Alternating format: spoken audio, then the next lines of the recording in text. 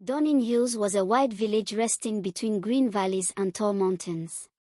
The sun always rose over the hills with golden fire, and the people believed it was a sign of blessing. The soil was rich, the streams sang with fresh water, and the farmlands stretched as far as the eyes could see. Children ran in groups across the red earth, their laughter ringing like bells, while elders gathered under the old tree at the center of the village to tell stories and chew kola nut. The villagers were proud of their land. They often said, Donin Hills is where the gods themselves would choose to live. Their houses were built from red clay with thatched roofs that glowed warmly under the sunlight.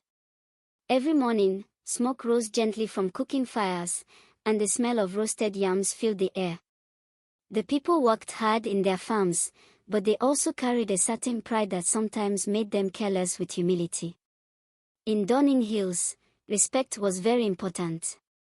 Elders were greeted with bowed heads, visitors were welcomed with open hands, and even strangers were given food and water.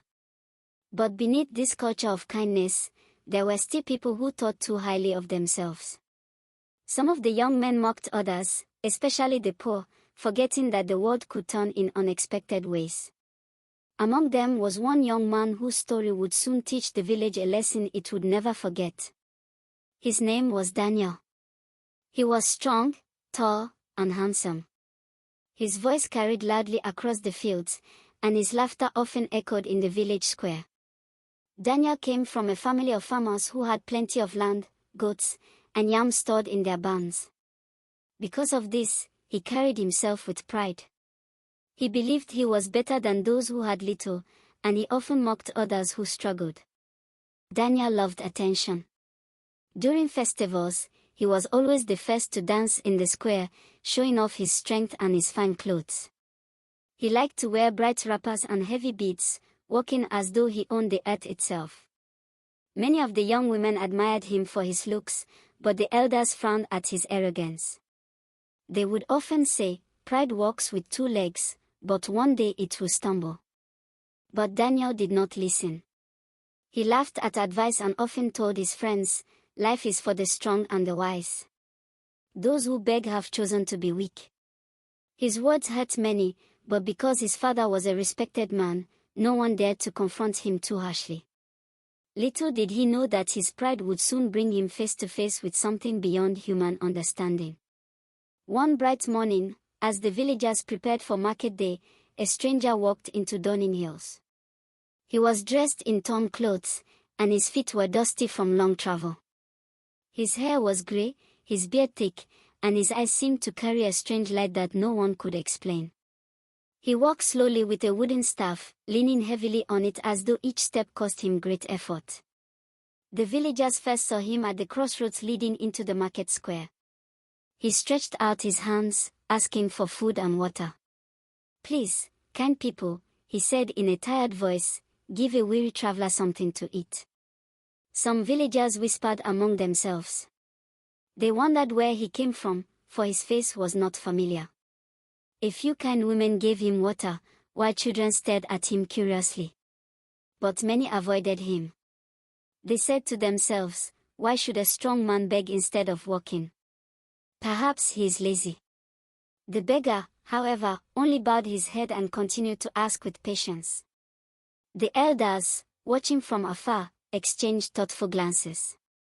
They knew that sometimes, strangers carried secrets that were not to be taken lightly. And they were right. It did not take long before Daniel crossed paths with the beggar. Dressed in a fine wrapper and heavy beads around his neck, Daniel walked toward the market with his friends. When he saw the beggar at the crossroads, he burst into loud laughter. "Look at this old man!" Daniel shouted. "His beard is longer than his staff, yet he stretches his hand like a baby asking for food." His friends joined in the laughter, pointing at the beggar as though he were an entertainment. The beggar looked up at Daniel with calm eyes. He did not shout back. He did not frown. Instead, he simply said, "Young man, laughter at another's weakness is the seed of your own downfall." His voice was quiet, but it carried across the market road like a whisper of wind. Daniel's friends gasped, but Daniel only laughed louder. Downfall. Me. Do you not know who I am? My barns are full, my father is respected, and I lack nothing. Old man, it is you who has fallen already. He turned his back and walked away, still laughing, while the beggar shook his head slowly. The elders who saw this shook their heads too, for they knew that words spoken by strangers sometimes carried the weight of prophecy.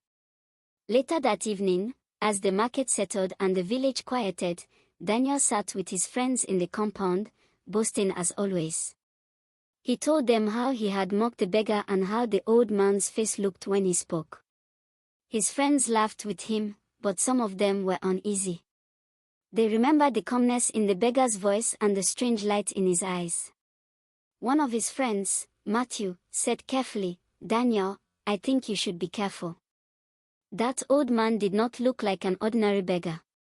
His words, they sounded like a warning. Daniel dismissed him with a wave.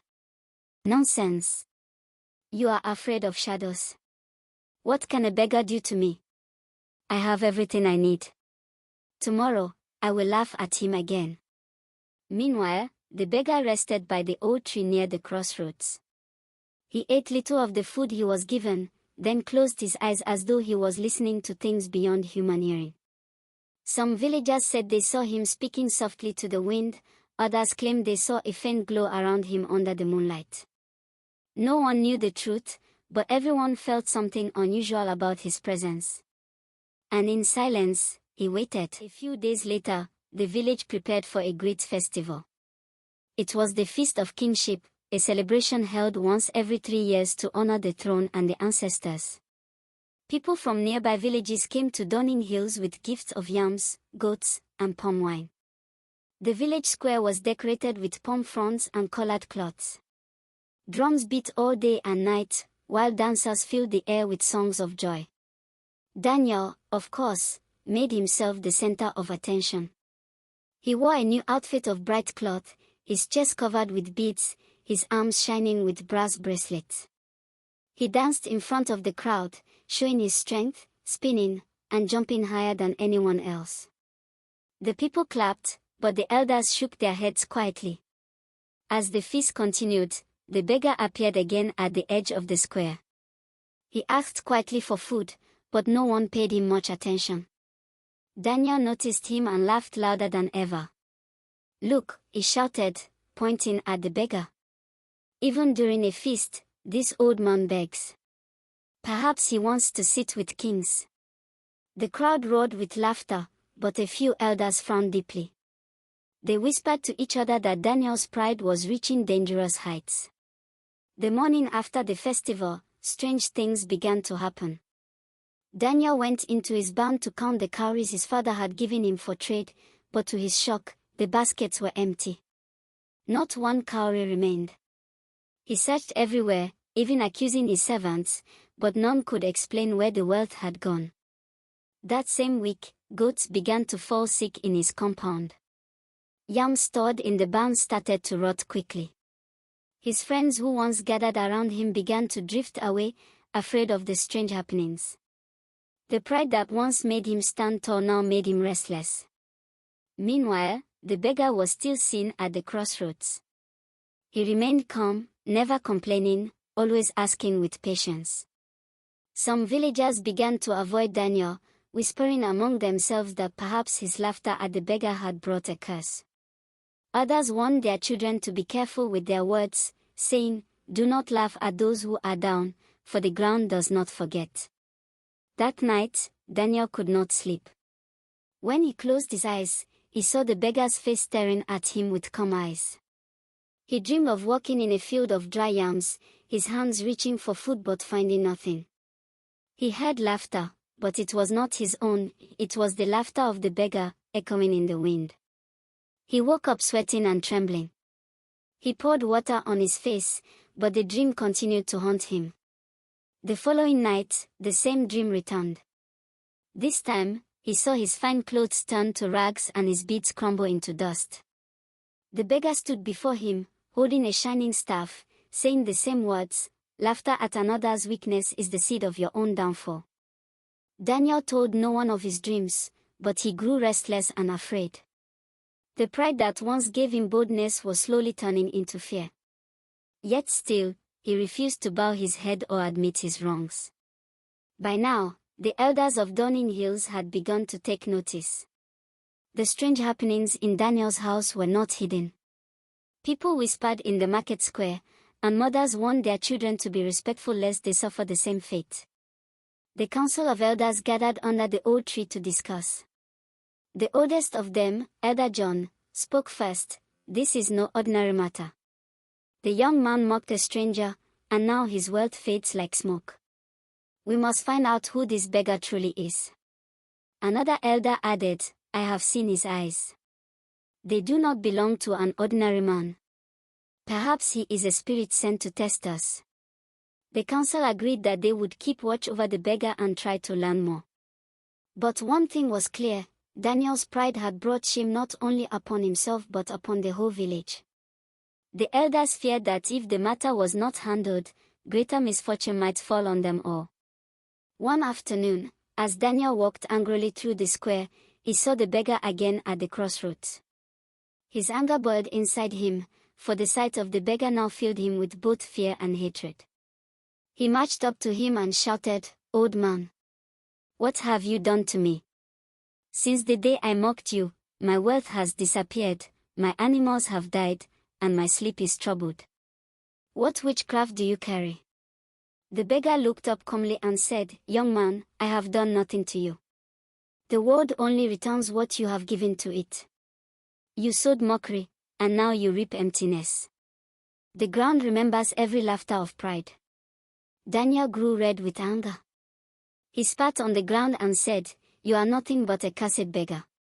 If I see you again, I will drive you out of this village myself." He turned and stormed away, while some villagers who witnessed this shook their heads in fear. The beggar only sighed and murmured softly, "The seed grows quickly when watered with anger." Not long after, a strange event took place in the market. A woman carrying a calabash full of palm wine slipped near Daniel's compound. The calabash shattered, and the wine spilled into the dust. The woman cried out in sorrow, but the beggar, who was nearby, bent down and touched the broken pieces. As his hand touched the wine-soaked ground, a hush fell over the crowd. Some said the ground seemed to tremble slightly. The beggar looked up and said, "As the calabash has broken, so too does pride break the vessel that holds it." The people whispered among themselves, wondering at his words. Daniel, who had seen the incident from a distance, felt a strange chill in his bones. He tried to shake it off, but deep inside, he knew the beggar's words were directed at him. Still, his heart remained stubborn. The elders finally decided something had to be done. They called Daniel to the council and said, "You must seek answers. This beggar is no ordinary man. Go into the sacred forest and speak to the river oracle. Perhaps there you will learn who he truly is and why these things happen to you."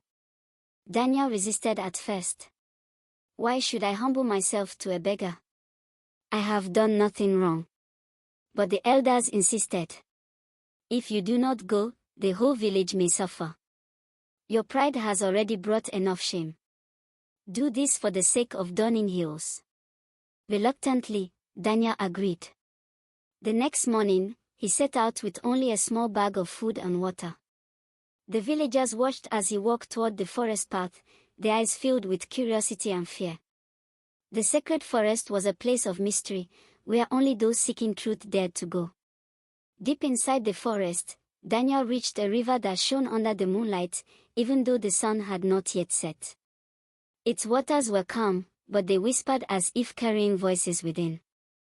Daniel bent down and said, "River of the forest, I was told to seek answers from you. Who is the beggar that haunts me?" The water rippled, and a voice rose from its depths. "The beggar is not what he seems. He is a messenger of truth, sent to test the hearts of men. Those who honor him will find blessing. Those who mock him will find emptiness. You laughed at him, and so your pride has stripped you bare." Daniel trembled. "What must I do to be free of this curse?" he asked. The river replied, you must bow your head and learn humility. Only then will the beggar reveal himself. Only then will you know peace. When Daniel returned to the village, he went straight to the crossroads where the beggar sat. For the first time, Daniel did not shout or laugh. Instead, he knelt on the ground before the beggar and said, "Forgive me, old man. I mocked you because of my pride. The river has spoken, and I now know you are no ordinary beggar. Please, release me from this suffering." The beggar looked at him with kind eyes. Then, before the crowd, his torn clothes seemed to change. His staff glowed with a gentle light, and his face shone like the morning sun. The people gasped and fell to their knees. "I am a messenger of the unseen," the beggar said. "I walk the earth to test men's hearts. Daniel, your pride blinded you, but now you have taken the first step toward humility. Rise and learn." The beggar told Daniel, "Your punishment is not yet complete. You must serve the poor you once mocked. For 40 days, you will carry food and water to those who have nothing. Only when your hands grow tired from giving will your curse be lifted." Daniel's heart sank, but he agreed. Each day, he carried baskets of food to widows, orphans, and strangers. At first, people laughed at him, for they remembered how he once mocked others. But slowly, they saw his sincerity. His shoulders grew weary, but his heart began to change.